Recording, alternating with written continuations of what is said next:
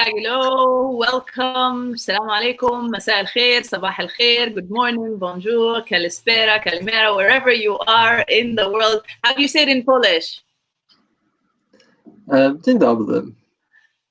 What he said until I read it somewhere. Wherever you're tuning in from the world, thank you and welcome to Nubia Fest 2020. This session was supposed to be at 11. It is my mistake and delay with everything that is going on, but I could not be more excited to hear what Maciej will be sharing with us here. I had the privilege of meeting him in Paris in 2018 at the International Nubian Conference, the International Society for Nubian Studies conference, which happens every 4 years. And this was something we were talking about. And it's so amazing to now see it come to fruition and hear the developments of where it has reached. So without further ado, I will go backstage and I will yield to you. Please, friends, wherever you are tuning in from the world, let us know. Put it in the comments and also share this video. Help us promote all this fantastic work that is being done to protect, preserve, and promote Nubian heritage. Maciej, thank you so much. Hello, my name is Maciej Wyżgoł. I'm from the Polish Center of Mediterranean Archaeology at the University of Warsaw. And today I'm going to show you our latest product. It's a website called Virtual Nubia, and it contains digital reconstructions of Nubian buildings. Actually, we started with a monastery in Ghazali. So I think I'm going to switch to the website. All right. So here it is. That's the monastery in Ghazali, and that was the first complex which was reconstructed in frame of the project founded by Polish Ministry of Science, the Grand Dialogue. So Ghazali is a monastery located in the desert in Bayuda. So probably most of you know that monastery. It was excavated. Sorry to interrupt you. Can we make the other version, because this is actually quite small, like the way you showed me earlier? Yeah, I know, but I'm going to switch to the model later. It's just just the website. Sorry to interrupt. Yes, perfect. Okay. So I can't make it. Okay, I can of course make it larger. So this is the picture of that the monastery. It was excavated by a Polish mission from Polish Center of Mediterranean Archaeology, led by Artur Lobulski. So it's important for the Nubian heritage, of course, because that's one of the best preserved monasteries in the Middle Nile Valley, and it was entirely excavated. So the mission located several important, like the key features of the monastic complex. There is a church, there is a dormitory, refectory, even latrines, mill, oil press, and so on. Yeah, so it's important from this archaeological point of view.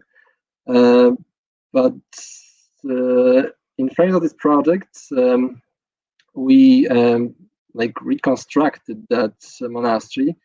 I mean a team of architects and graphic designers connected with that mission Ghazali. So now I will switch to that reconstruction, and we'll tell you more about that.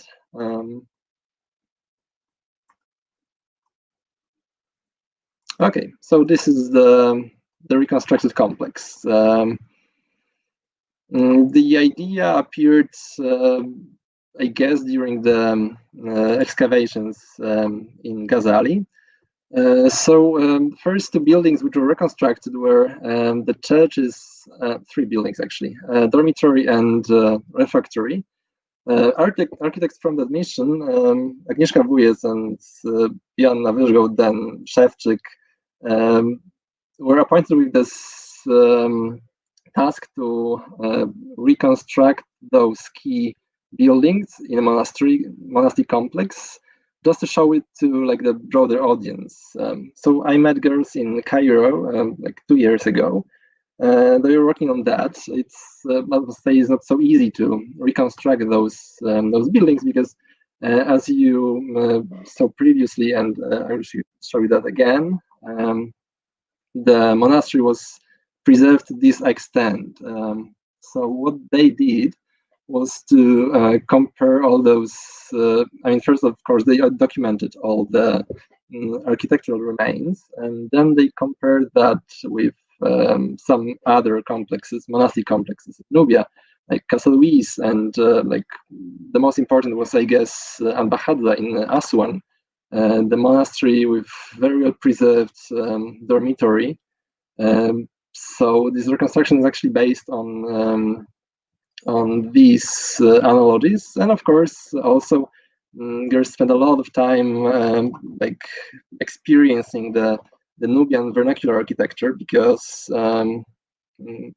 not in the upper Nubia, but in the lower Nubia, some of those architectural solutions like vaults and domes are still in use. So when you have these archaeological remains, it's much easier to reconstruct that with the help of still living architectural Nubian tradition.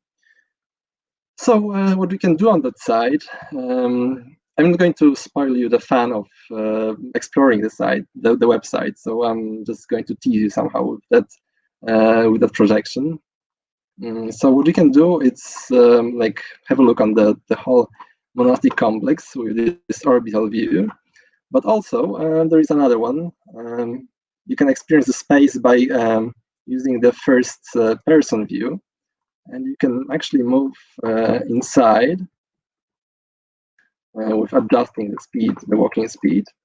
So now we are really inside the monastery. This is the church, and I'll tell you something more on the courtyard. You can walk freely all around. To make it available through the website, we must decided to get rid of some details, unfortunately, because the SketchUp, which is the platform where we keep these models, allows us only to keep the models of like 200 megabytes.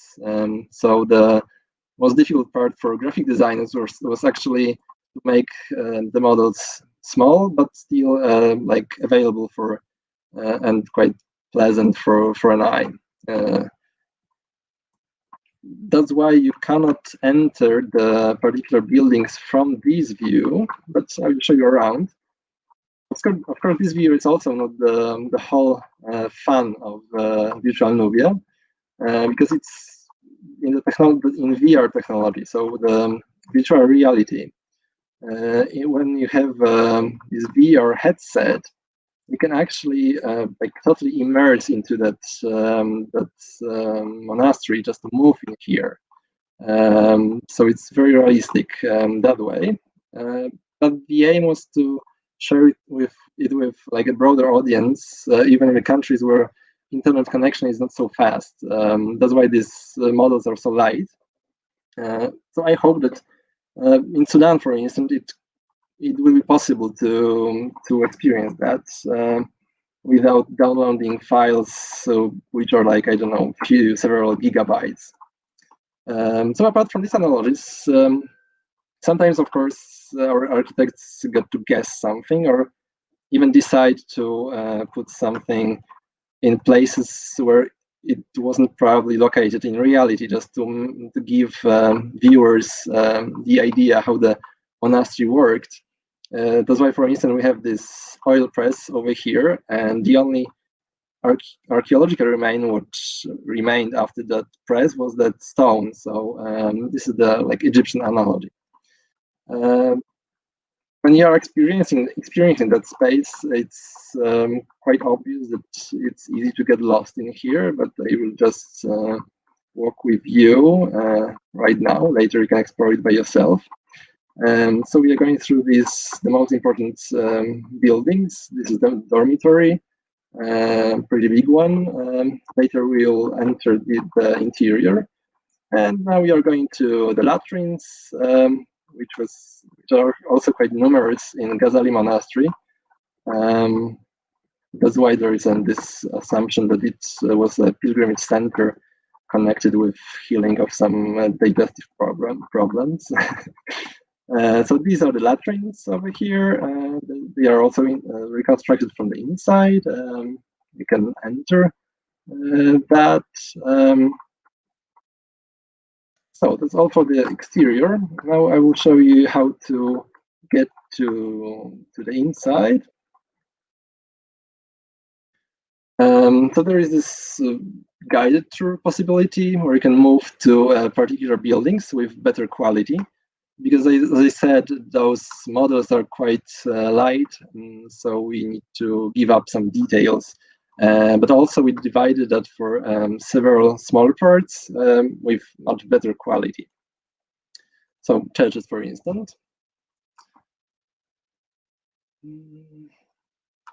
And here we can visit interiors of the buildings. On each page, you can compare the actual archaeological remains with the reconstruction. So unfortunately, also with my internet connection, you need to give me a few seconds because it's loading.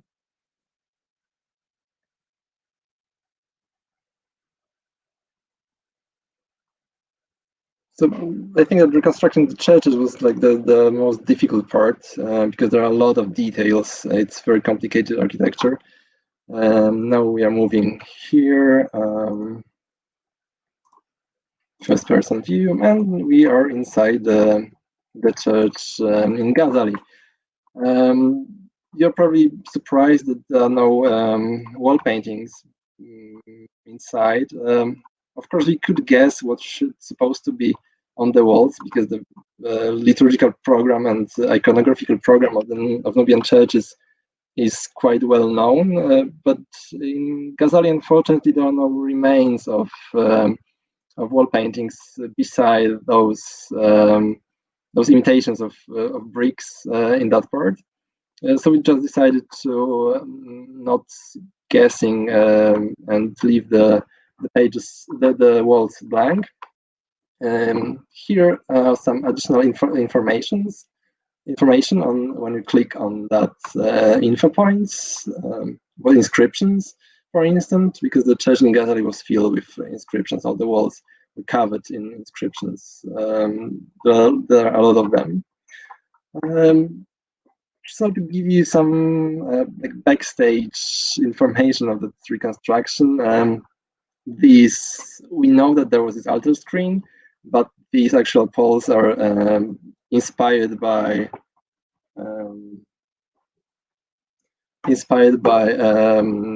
poles from Faras. Also, this textile is not from Ghazali. Sensors are from Abdullah, I guess. But we needed to make these choices actually not to leave like empty spaces. That's why we borrowed some of the stuff we could expect inside and put it here on the very exact location, but not necessarily from the same archaeological site. So we can go behind the screen. So there is Centronum. Everything is reconstructed in details. I'll just give you some more examples of the interiors. So we're going to move to dormitory, for instance. Yeah, navigation is quite easy, I think. So yeah, I encourage you to see it for yourself. Yeah, this is the dormitory, how it looked like before the reconstruction. So only the first floor. Probably there was also a second floor. Yeah, and we are moving inside.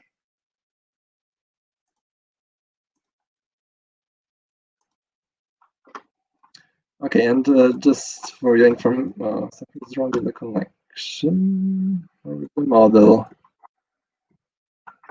Sorry for the flops. It sometimes happen.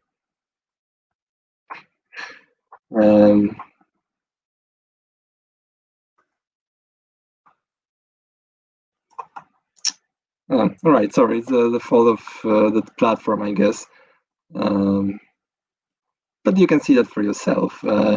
Just also for your information, here's the icon you use to switch to VR mode. So if you have these goggles, you can like move inside. So okay, let's go to refectory, for instance.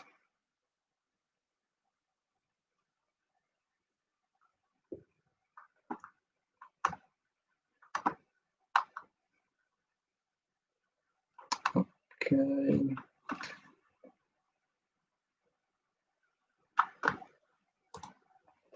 Okay, so yeah, here we have refectory. The size of the dormitory is also based on the information from. Oops.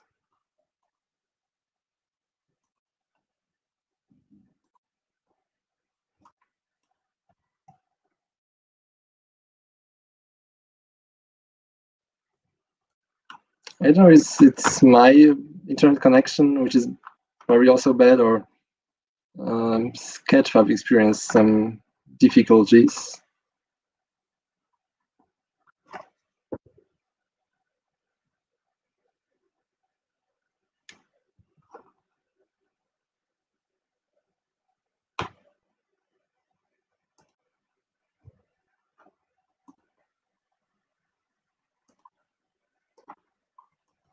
Okay, yeah, so we can move around also in here. There are those benches where the monks sat and were eating all together in the single space. Look at the window grills. They're also reconstructed on the basis of archaeological finds. So here you can also enter the whole interiors for yourself. I'm not going to spoil you the fun. So the next thing I was going to present you was how the reconstruction was done. So as I told you, that was the team of architects and graphic designers. So there was a lot of work actually, especially when you see at the archaeological remains, which are quite scant in most cases. So basing on those analogies and some architectural features like springing of vaults, springing of domes, thickness of walls, which gave us some clues about the fact how the roof was constructed, how tall were the buildings. There were also these analogies from Albahadra, Castle Ruiz, and vernacular Nubian architecture. So what girls made later, of course, after documentation, they also looked through all the window grills and finds from the monasteries, just to make those details architectural plans. As you can see, even the tiles were redrawn, and there is the sections, plans. So actually, this architectural documentation looked like the actual constructing plans for building team. So the process of reconstructing was quite similar to actually building houses with the full architectural documentation. And there was also a lot of graphic software. So the geometry was then transferred from those plans to 3D models, and then the polygons were made. So the surface of the texture, the surface of the buildings, materials, and equipment, and later there was also texturing. So the whole surfaces were covered in dedicated textures, also made on the basis of archaeological documentation from the site. So the plaster, mud plaster, ceramic, mud bricks, and all those materials which were actually used to make this monastery in real life. Sometimes there were stones, sometimes mud bricks, and this is the effect of texturing. So that's the final part. And the last thing was just to transfer it, upload it to this Sketchfab platform, where it is available for all people, both just using the browser, so you can like walk through the monastery as we did it today, or with the virtual reality in Google's, where you can just move to the monastery. The last thing I was about to share with you is our plans and why we actually did that this way. So as I told you, we could have done it with more details when in terms of lighting, shades, textures, but what we got in our minds was just to share it with like the biggest audience which is like available. So that's why we used that platform with pretty light models. 200 megabytes. It's not so heavy file actually for even a quite bad connection. There are also two versions of these models. You can use high definition and low definition, so it should be okay.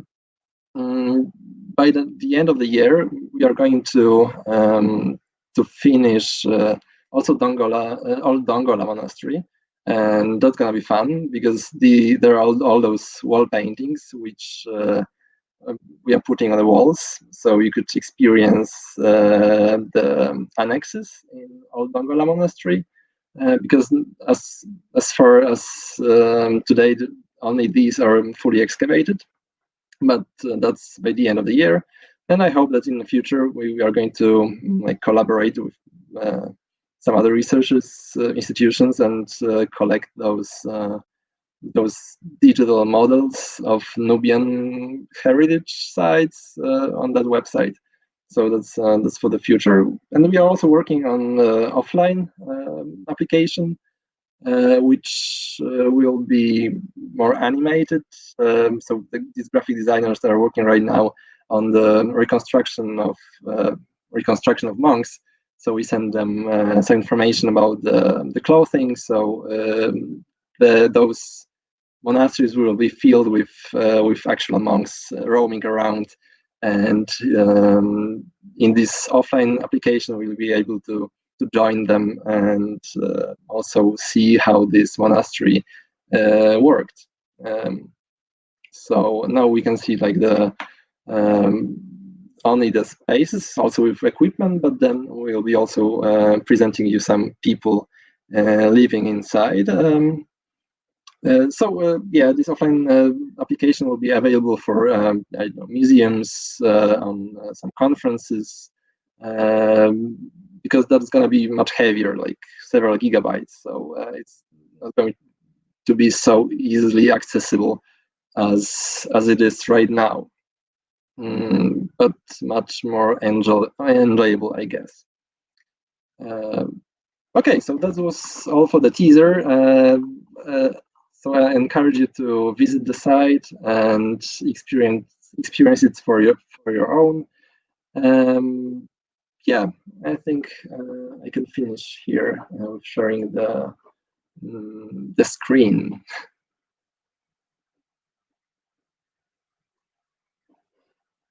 Hello, is there anybody there?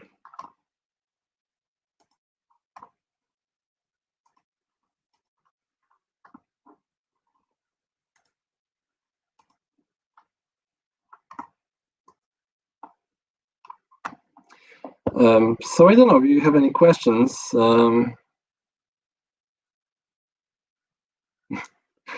Okay, thank you.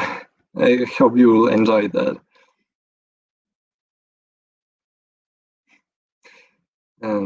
thanks. That's actually not my job. It was mostly the architects I mentioned and the graphic designers, but thank you.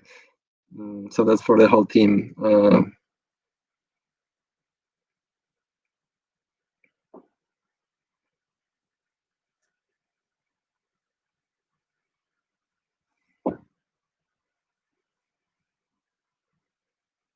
And also, by the end of the year, there are going to be like a live animation of the life in the monastery. So also, these graphic designers are working on the kind of a short animation showing how these two monasteries worked and how the monks lived their lives in there.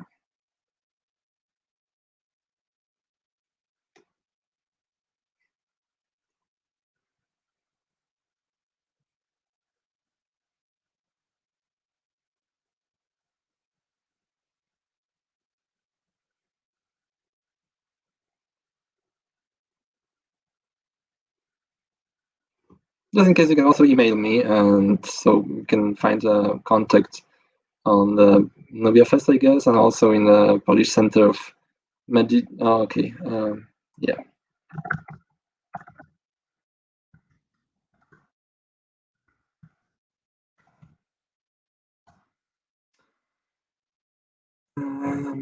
Yeah, so also you can contact my institution, so Polish Center of Mediterranean Archaeology.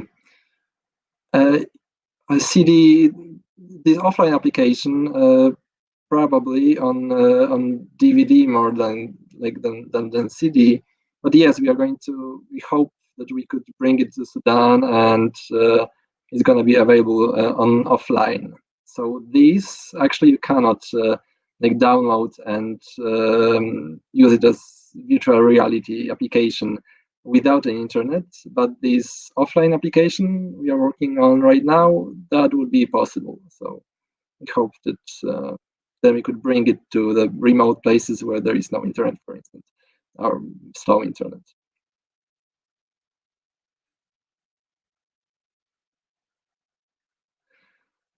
I don't know. The church in Old Dongola Monastery was first without a dome. This monastery was built in the 7th century, so probably as early as 7th century. Yeah, you can also contact team, so Artur Obuski, for instance, because I work mostly with this Islamic period in Sudan, so I'm not an expert in that field, but Artur Obuski is, and also our architects. So if you have any questions concerning architecture or history of the place, yeah, I can like pass your questions to the specialists.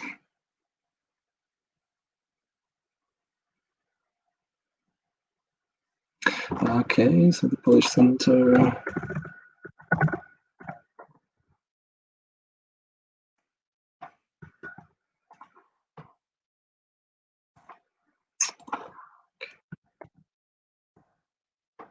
I don't have Twitter, unfortunately.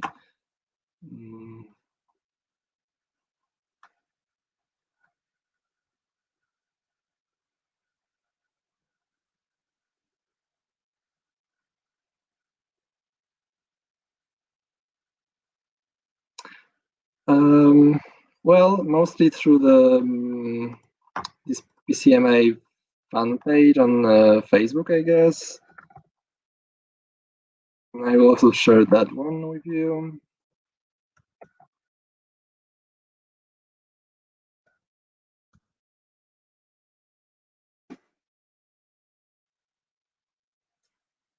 So there are information of all the projects in the Center of Mediterranean Archaeology, but also you'll get some information about that one.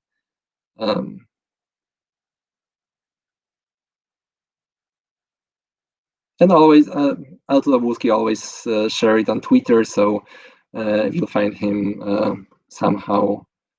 But yeah, the information either on the website of the Polish Center of Mediterranean Archaeology, I mean, me personally, or the Polish Center of Mediterranean Archaeology? I work only in Sudan, but the projects of Polish Center of Mediterranean Archaeology are located in several countries around the Mediterranean Sea, and in Africa we work in Egypt, Sudan, and there was a mission in Ethiopia. There's a mission in Ethiopia. So, but this project applies only to the Nubian heritage, because it's called virtual Nubia.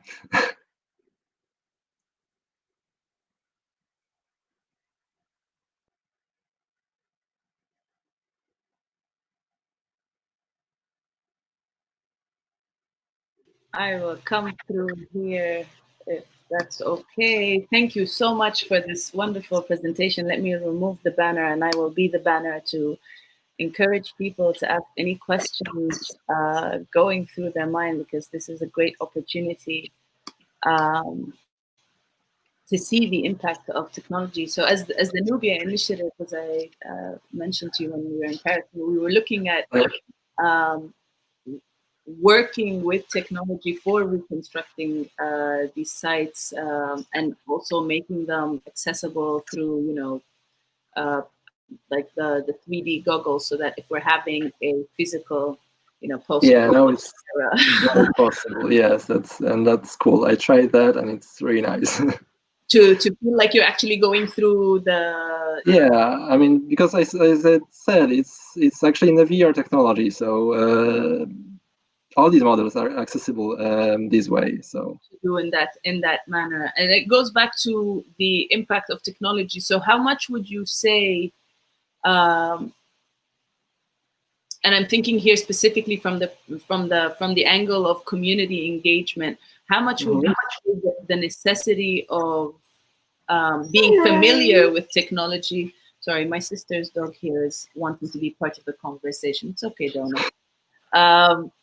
How necessary is the level of engagement or familiarity with technology if in a project like this, if we are looking to or trying to encourage community engagement in something like that, considering to power altogether is is not like creating such stuff, or just using that?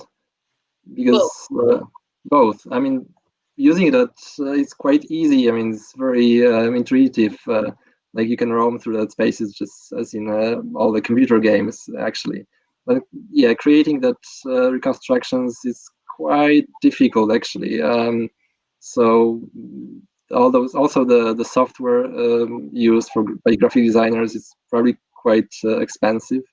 So yeah, the whole process is. It. I don't mean like maybe one day, I hope, but no, I mean in terms of accessibility to, like, if it were going like to be created in goggles form, how accessible would it be to the local communities? Let's say they want to have a festival for culture. This is something I'm planning for the village, for my village, Baja and Shamalia. And so if we want to have like a tech, some form of tech aspect to access these sites, how accessible might that be? So we'll see in El Gaddal in Dongola actually next year, I hope. But well, first you need to have internet connection as good as to load this up to 200 megabytes models, which is not as bad. But in villages it's quite impossible. But now we are working on this offline application, and then if you download it somewhere else and bring it on your computer, and you also bring goggles, yeah, it's easy. You just need to have power, and that's okay. Wow. Like regular outlets and computer with quite good graphic cards. I don't know how expensive that would be, but in the sense that it can be done and then later accessed should the internet not be as strong. Yeah, when we finish with this offline application, then yes, it will be available to download it somewhere, I guess. And then you can bring it everywhere with your computer and your goggles. What has been the most exciting part of this project for you personally? I don't know. I was just sort of a manager, but yeah, I think that the graphic designers got fun with when they got these plans for architects, and then we saw that final effect, and that was really cool. And yeah, when you use goggles and you can move inside, and even though you know the side, Ghazali Monastery, for instance, but you get lost anyway because it's totally different experience when the buildings are standing up and you don't know where you are because you got lost in this maze of corridors, and it's really cool. I can't wait to try it. Friends, family, lovers of Nubia, wherever you're tuned in from the world, have you tried, have you had the experience of VR goggles in any way? And what site or park perhaps, or temple would you like to go through through VR? What more would you like to see? What other sites? As they come through with that, hopefully some will answer us, because we do have a few. Yeah. The numbers are still going up. What can we say? I do want to take a moment and acknowledge Arthur for the work he's done. I came across him in two different ways, in two different directions. Was it in 2018? I was consulting for a European Commission funded project called Access, and we were working a lot with ERC and Marie Curie, and in the announcements of the ERC grantees, I think it was in 2017, no, 18, when the grant came through, and I was like, that name sounds familiar, that name sounds familiar, that name sounds familiar, and I click and I was like, oh, it's because we're following on Twitter, and then we meet in Paris. And really the work that's being done and the encouragement for decolonized archaeology in the sense of engaging the local community and working with the local community is such an important factor, and I'm so grateful for the emphasis on that. Okay, we have Joseph Turner. Well, yeah, you need to ask the team working there, I guess. Yeah, we are best in medieval and Islamic Nubia. But, well, if you were to see another temple, which one would you go? Outside your scope, I mean, you're familiar at least with the work that's happening in different sites. Is there one that you would be curious or interested in exploring through VR? I don't know. There's this stuff in Musa al-Sufra, for instance, because it's so strange. It would be nice to have it reconstructed. Naga. Yeah, these are quite extraordinary temples and buildings. That would be nice. Wonderful. Yes, it would. And hopefully one day we can have like a full library, at least to encourage the youth specifically to make those journeys, to go back, to connect. For those in the diaspora, it's so important to be able to have access to something like that. Do we have any more questions, or do you have any last comments to share with us?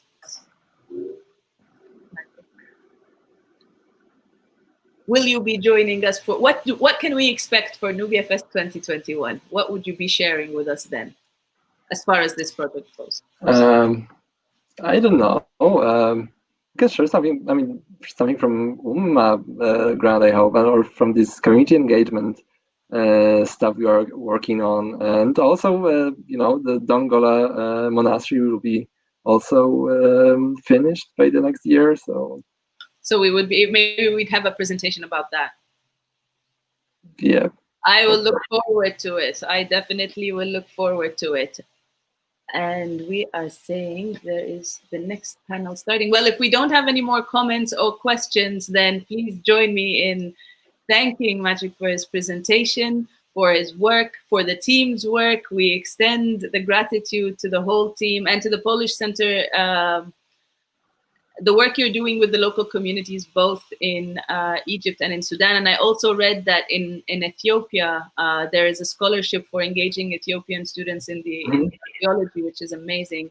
And we definitely need more of that. We need more scholarly opportunities for the local researchers and students to engage in this fantastic work. So thank you, and please extend our gratitude to the whole team. Thank you. Thank you very much. Friends, we will be back with another presentation very shortly. In fact, if you just refresh the page, we will come back with a presentation from Dr. Selma Abdelgader. Thank you, and Afia Logo.